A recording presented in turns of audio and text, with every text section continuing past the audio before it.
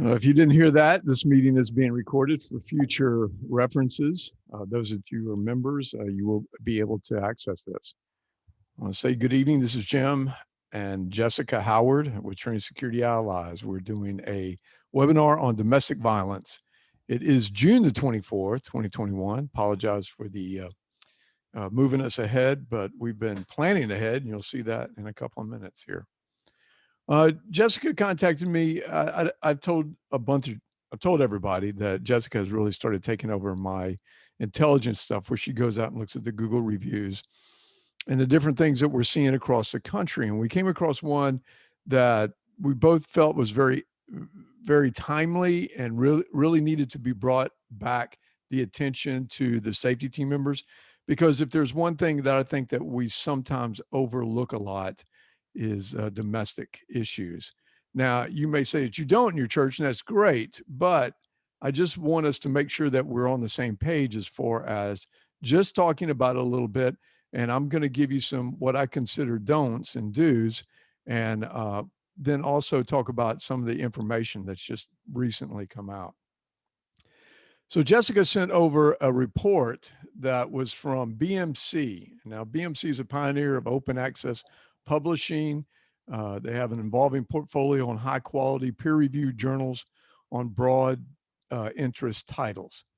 Now, the article was called The Role of Domestic Violence in Fatal Mass Shootings in the United States from 2014 to 2019. Now, the organization that did this was called the Injury uh, Epidemiological, Epidemiological, and it's dedicated to the advancing the science foundation for injury prevention and control through timely publications and disseminations of peer-reviewed research on subjects like drug overdose, poisoning, falls, drowning, fire slash burns, suicides, homicides, assaults, and abuse. So in their study, one of the things that they found in this study, the relationship of domestic violence and mass shootings. Now, what a mass shooting is, more than four people being shot, at one time. It doesn't have to be a death. It can just be an injury. But what they found out that 59%, over 59% of mass shootings between 2014 to 2019 were domestic violence related. That's a large number there. That was a large number. And that 68.2% of the mass shootings, the perpetrator either killed at least one partner or family member or had a history of domestic violence. Now, of course, one of these shootings that was in the study, of course, was the Sutherland Spring shooting, where we now know from looking at it and studying it and seeing what was going on, that was a domestic violence related shooting. The shooter had come to the church to kill his mother-in-law. We've now come to conclude that we've figured that out because of things that had been going on in the past. But you have to think about this for a second. The Sutherland Spring shooting is just one of multiple shootings that have happened across the United States. In fact, what a lot of people don't know, that on the same day of the Sutherland Spring shooting in Fresco, California, there was a domestic shooting of where a divorced husband went to church and shot and killed his estranged wife and her new boyfriend. Happened on the same day. And what concerns me, and really this is something that I think we as safety team members need to really be paying attention, is that if these do bleed over into the church and an incident happens inside your church or an incident happens outside the church, they go south quickly. And it's one of these things that innocent people could be injured or killed during the time of this incident. So I really want us to start focusing on what is really happening out here in our domestic issues. We have had multiple situations of where one of the partners in the relationship has went and got an injunction against the other person. During that time frame, that injunction needs to be taken really, serious. Because if the person shows up, there's a reason behind the injunction. The person doesn't go and get the injunction just because they don't like that person, or we're going through a divorce. Judge, we're having a divorce and I don't want to see his ugly face anymore. It doesn't work that way. There has to be some sort of violence involved in it. And because of that, she is afraid of what, or he or she is afraid of their spouse because of something that they've done in the past that has caused a red flag that shows that there might be a possibility of domestic violence. So because of that, when we get these, we really need to have pictures of the person that the injunction is against. It needs to be posted somewhere where your safety team members can see it. You may, if you trust and understand, or trust and feel like your greeters are dependable, and of course, we want to be very sensitive to other people's issues. We don't want to gossip about these things, but if you feel comfortable, you may want to share it with your greeters at the door. Now we just now started our parking ministry again, where we're going to have a person out that's going to be directing traffic as vehicles come in. I would show him the picture. In fact, I'd put him on our radio so that if he needed anything, he could contact us and we could come out.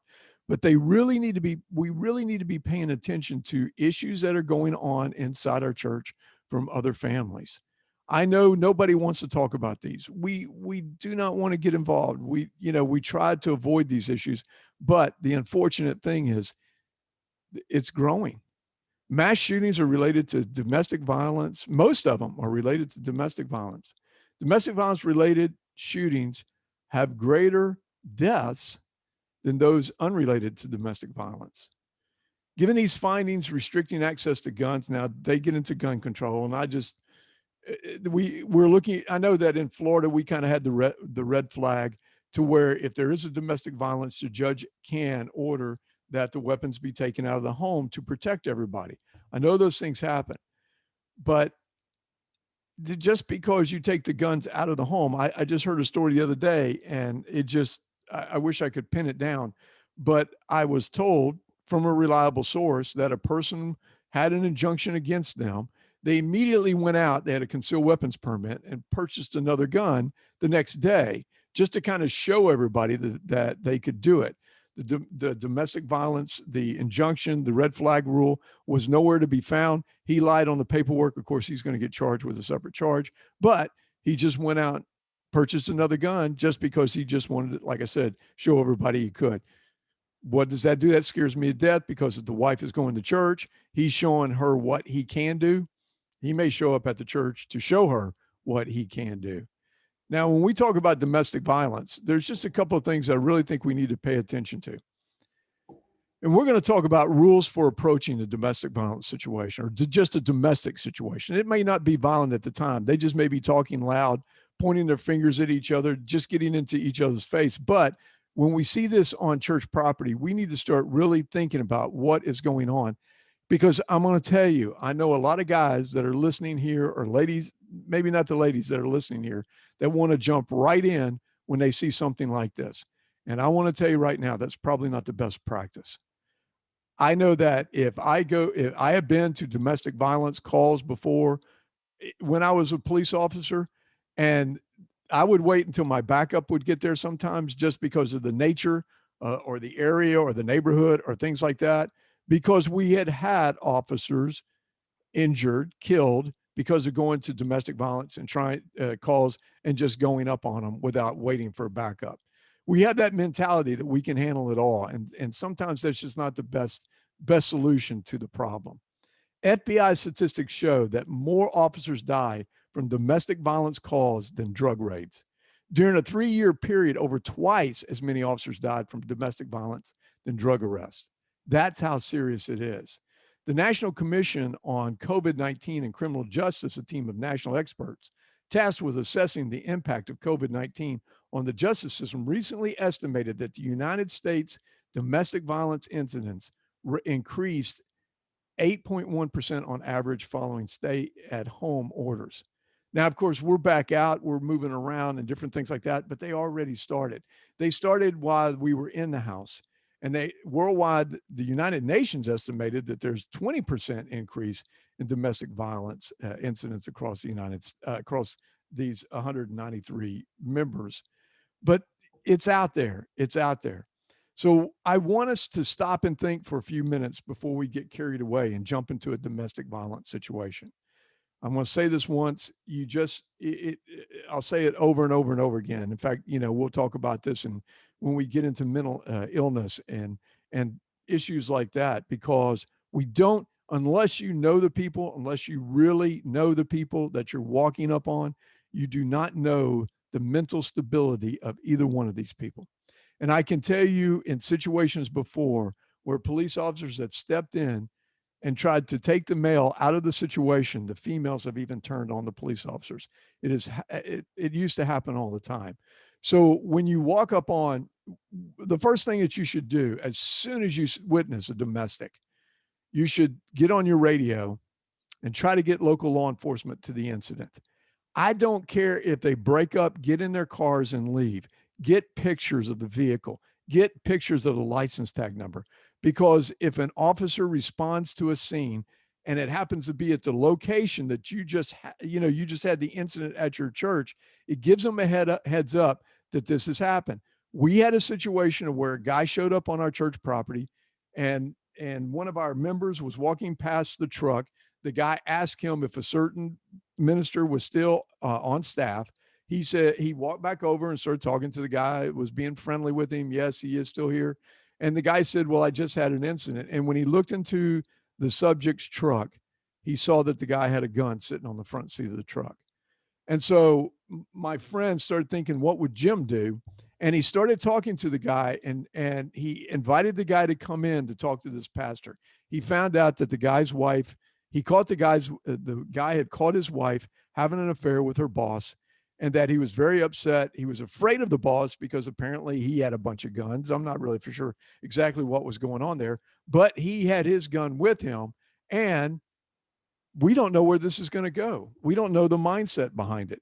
We're really not for sure his mental state at that point in time.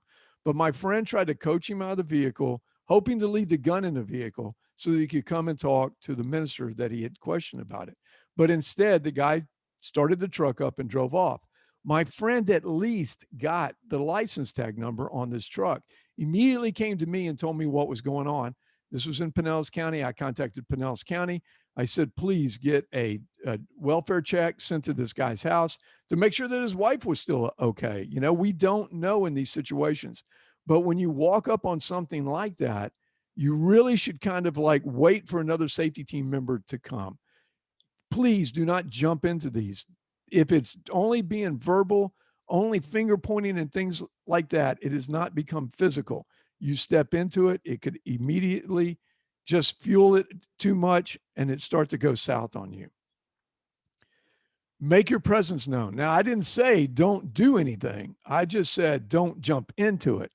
You might just clear your voice and let them know that you're there. You may say, can I help you? I wouldn't ask the question, is everything all right? I mean, if you look at this picture right here, we can see everything is not all right. And if that person is in a volatile situation, the question is everything all right? Might cause them to snap back at you.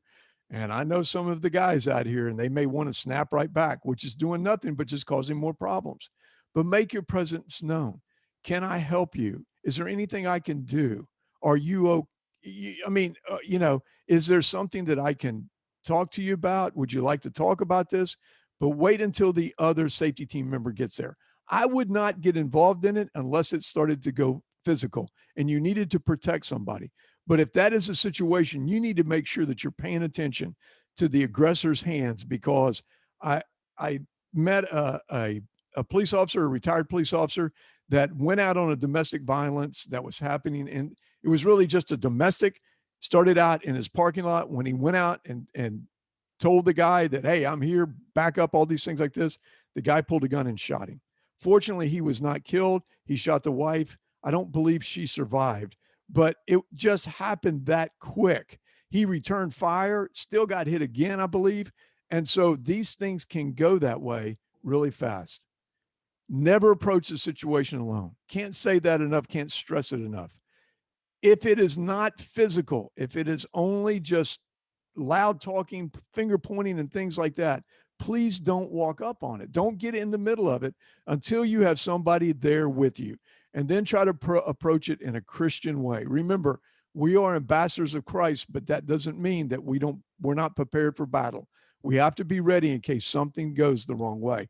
But don't try your best never to approach a situation alone. And once you do walk up on that, be extremely cautious when approaching the incident or the situation. Make sure that you're watching hands. Hands will kill you, eyes won't. Mouths will just irritate you, but those hands will kill you. Watch the hands. Keep making sure that you've got the situation under control. You're watching situational awareness. You're watching your surroundings to make sure that you've got everything in view so that you can see this. Domestic issues, I've said it more than once, can go south in a second. We've seen it happen over and over and over again. So one of the other things I wanted to point out about this, if you have a rover that's in your church, that rover should be out in between church services. They should be out on the property in between church services, because that's when a lot of times your attacks on spouses or ex-spouses happen. They're waiting in the car next to them. They're waiting in the car. They have a set of spare keys because they haven't divided that up yet or given them back. And they're in the car waiting for them. This is the majority of the time when we see these situations turn violent, is they're waiting outside for them. Recently, a couple were just driving out, and a person was in the bushes and shot at them. That was a domestic issue. These situations happen all the time out here. So we need to be prepared. We need to be watching. We need to use our heads, make sure that we pay attention. As soon as you witness it, get in touch with local law enforcement and have them coming that way. Try to get as much information as you can, a picture of the vehicle. If you can, as I've showed you before, turn on your phone, your recording, your video, and start videotaping it just to protect yourself. And maybe if you miss something, we can see it on the tape. Make your presence known. Ask them if you can help, not if everything's okay. We know that everything's not okay. That just might irritate them that much more. We've seen that happen. Never approach the situation alone. Cannot state this enough. And be extremely cautious when approaching the incident, because domestic violence issues can go south in a second.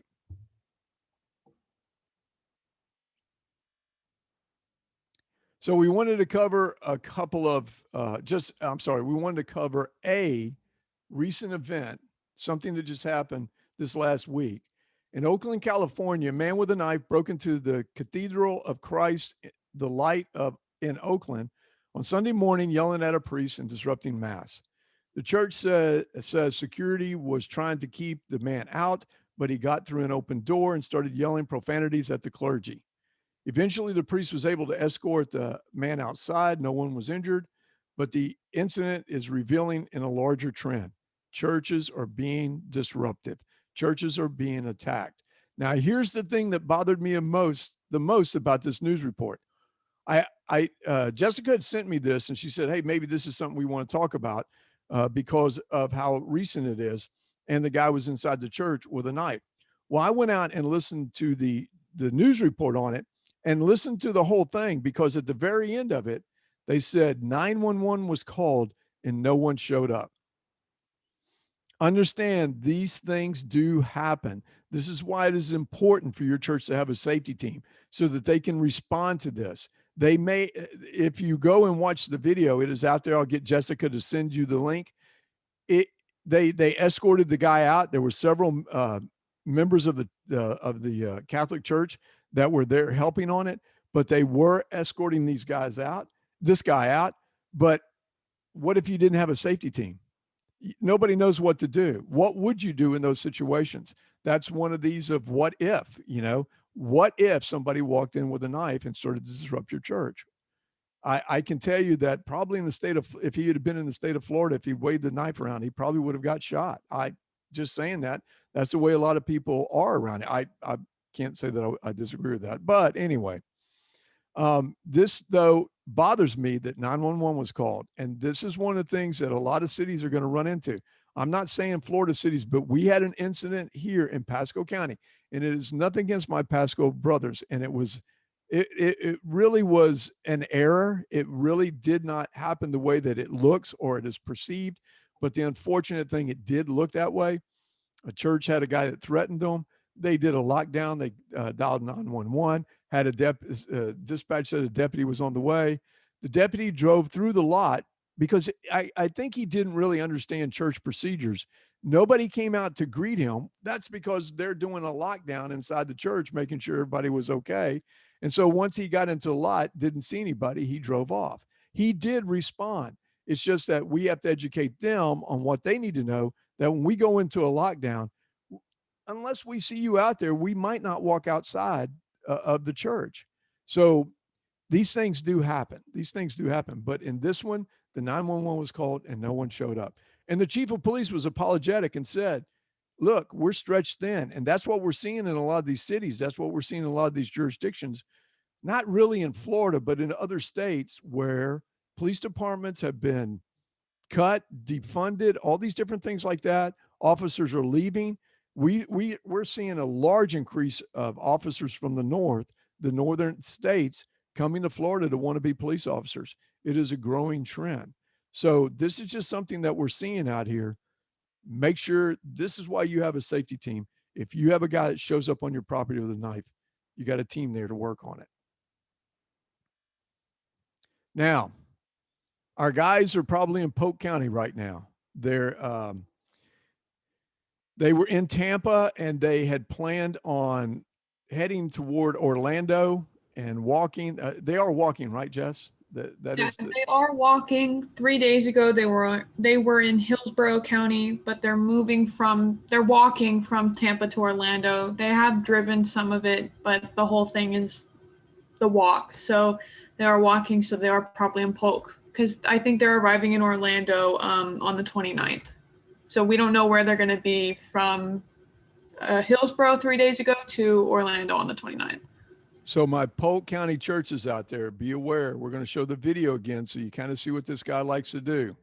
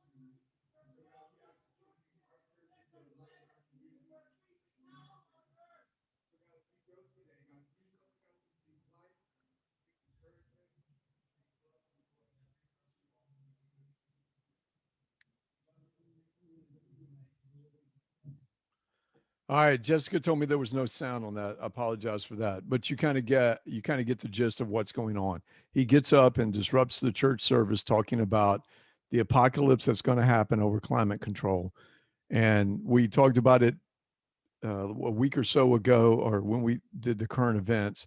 We talk about don't walk that guy out straight all the way to the back. Find a side door that you can get him out of so that he doesn't have an opportunity to do his little speech all the way to the back. You see how long it was. Okay.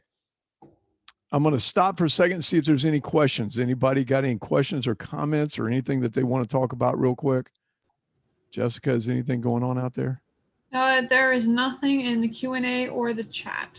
Okay. All right. Members only, Thursday, August the 15th. We will have that again, 8 o'clock. We've had some really good conversations with the members only. Listen, that's an opportunity for y'all to come out and y'all to ask the questions and y'all to kind of find out what we're doing as far as some of the training or asking questions about the training, but we are putting a lot out there. So make sure that you understand. I'm sorry. Hang on one second. What? Is there going to be a members only training in July? You know what? I think that's the date. Let me get the date. man, I need you Only the third Thursday of every month. yeah, I know. I need you to do this for me now. I'm getting behind. It's July the 15th. It's July the 15th is going to be the members only. I now know We're where I just made the a month mistake. ahead on this Yeah, PowerPoint. I'm a month ahead everywhere on this.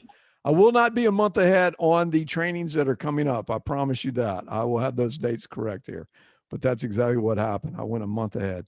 But it is July the 15th that we will have the members only. So every third Thursday of the month is the members only. All right. We're really excited. We're heading up to Marion, Iowa. We're going to go up there on Saturday, July the 31st. We're going to be talking about a new thing that we're studying. I've been out here taking a class on mental health in the church, and I think it's something that we really try to avoid. We really try to avoid, but it's something that we really need to start paying attention because of all the issues that we're seeing going on right now. We just had to talk to, and I had talked about this guy before who showed up in hospital scrubs and was calling himself a doctor. We just had to pull him aside and talk to him again because it is a mental health issue. And we don't know whether or not we're going to be able to help him or allow him on the church property anymore. We told him that he could not tell people that he was a doctor. He had to stop that we were not going to allow that anymore. And then also, we told him that he could not talk to women, that he was showing up and having conversations with them and telling them he's a doctor, telling them he works with domestic violence issues and victims. And so, this to me is a mental health issue. I don't understand why a person does that unless it's that type of thing. So how do you handle, because the church wants to keep him there in case they can, we can bring him around. That's what they're hoping. We know that it's the Holy Spirit that does it, not really you and I, but we do have these pastors that want to save everybody. Let's give them one more chance. We've given him 2 strikes. If he does it again, we're going to have to ask him to leave. So we'll be out at Marion at Antioch Church. And I was looking, oh, there it is, Antioch Christian Church, 433 Crossroad. Anybody that's up in Marion that happens to be on here tonight will be in Iowa. No cost to attend. We'll be doing a book signing immediately following the training. I just wanted to jump in and say really quick, Ed Kern asked, wasn't the recent police officer shooting related to a domestic violence event in Daytona is the one that he's talking about? I think the one in Daytona where the officer just got shot, the call that was sent into dispatch was that there was a domestic violence incident, but that there was not one, and it was just an ambush for the officer, unfortunately. So I think that. But to answer that question, though, out of the last 10, I would say that 3 or 4 of them were ambushes, and they were on domestic violence calls because a lot of them have been, yes. The person is waiting for the police outside.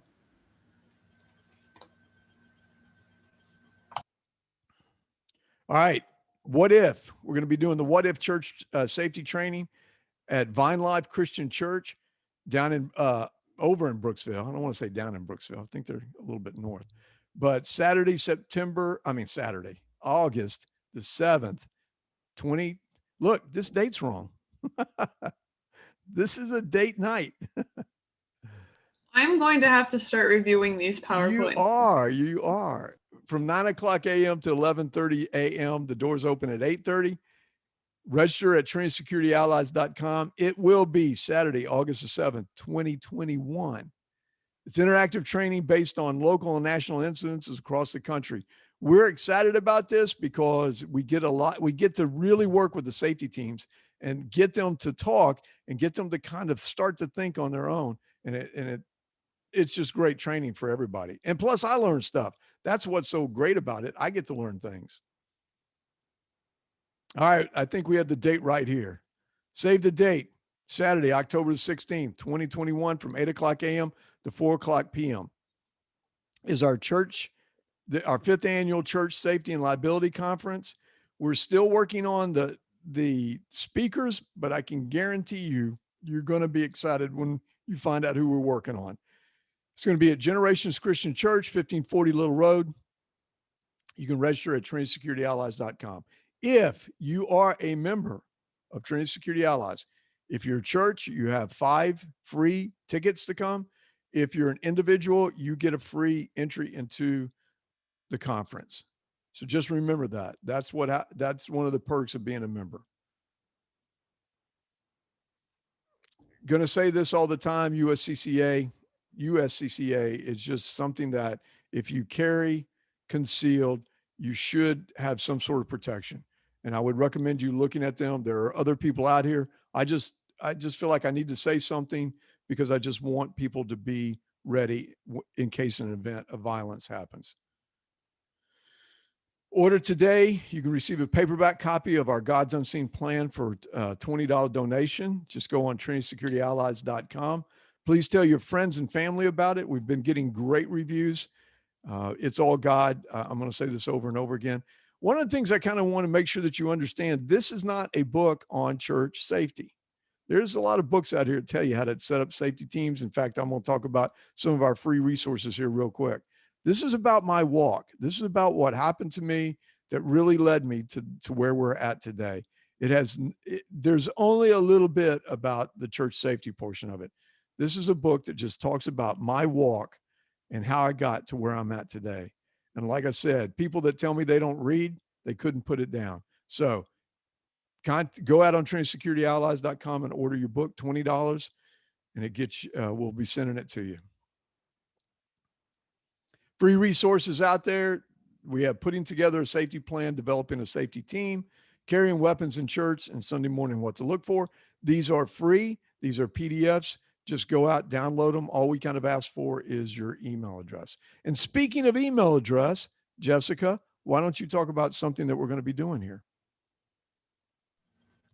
So we're going to start doing a new email group of sorts, and what we're going to focus on is we have a lot of current events, and a lot of them we want to get out to churches because some of the things that we're seeing is really concerning. Some of it is uplifting, and so we wanted to create just a group where we could share some of the current events that we're seeing. So starting probably this week, the first email is going to go out just if you sign up for online training notifications, which you probably do if you're here tonight.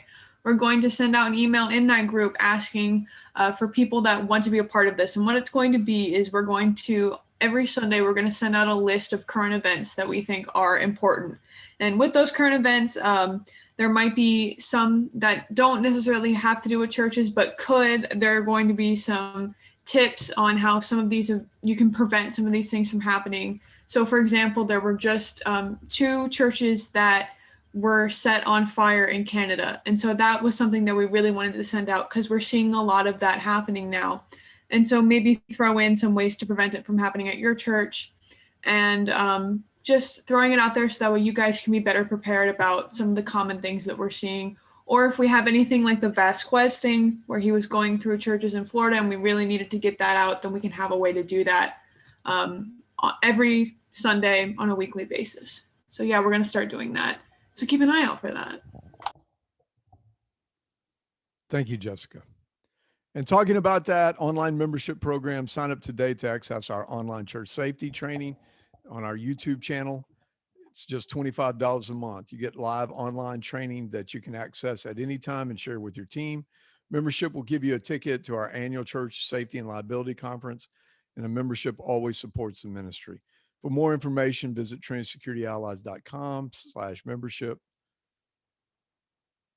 If your church decides that they want a safety and security membership program, it's $125 a month or $1,200 a year.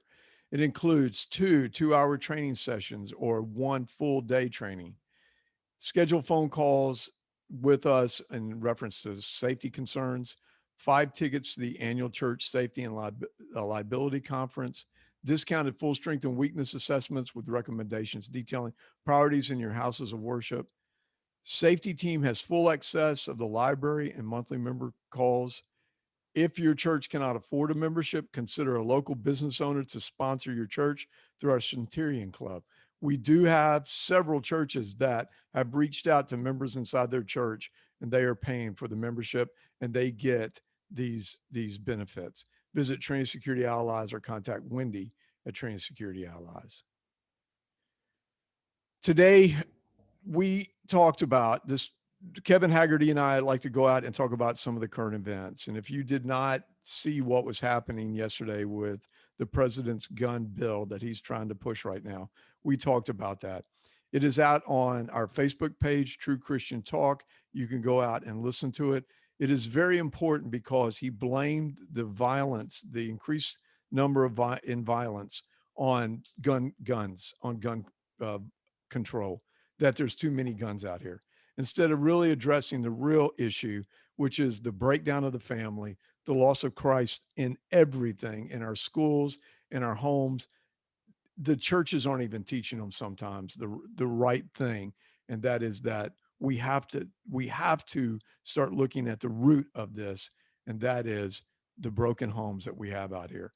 It doesn't have anything. He's talking about going after gun dealers and things like that, completely missing the whole point. Defunding the police department. Now they're wanting to fund them. All these different things that they've done that have just decimated what has been going on around here. We talked about this today in our True Christian Talk. There's a whole bunch of videos out there. This is number 33. We've been running around doing this, and we just go out and listen because we talk about all these different things that Christians are facing today and how we should be responding as Christians or ambassadors of Christ. Unless there's anything else, I'm going to let y'all go. I appreciate you coming out. We've I think that we really have to start paying attention to the domestic violence that we're going to start seeing. There's been multiple situations in our church where somebody has come to us and told us that their husband was upset, their husband was depressed, their husband was having issues with alcohol. And the one thing that they brought to our attention was that he had weapons inside the church. These things should be passed among your safety team members in case this person walks in. Of course, we should do everything that we can to support them and bring them and show them the love of Christ, but we have to pay attention to what is going on in their life and what might be happening. And we have to be really, really watching the situational awareness and making sure that we just pay attention to them. Is there anything else out there, Jess? Ed Kern just said great topic and that he appreciates our work. We appreciate you, Ed. We appreciate everybody that's on here tonight. Larry, be aware that guy's coming in your neighborhood if you're out there. So, folks, if there's nothing else, I respect your time, and we'll call it a night. Y'all be careful, be blessed. God bless you all. Be safe. If you have anything that you need, give us a call. Have a good night.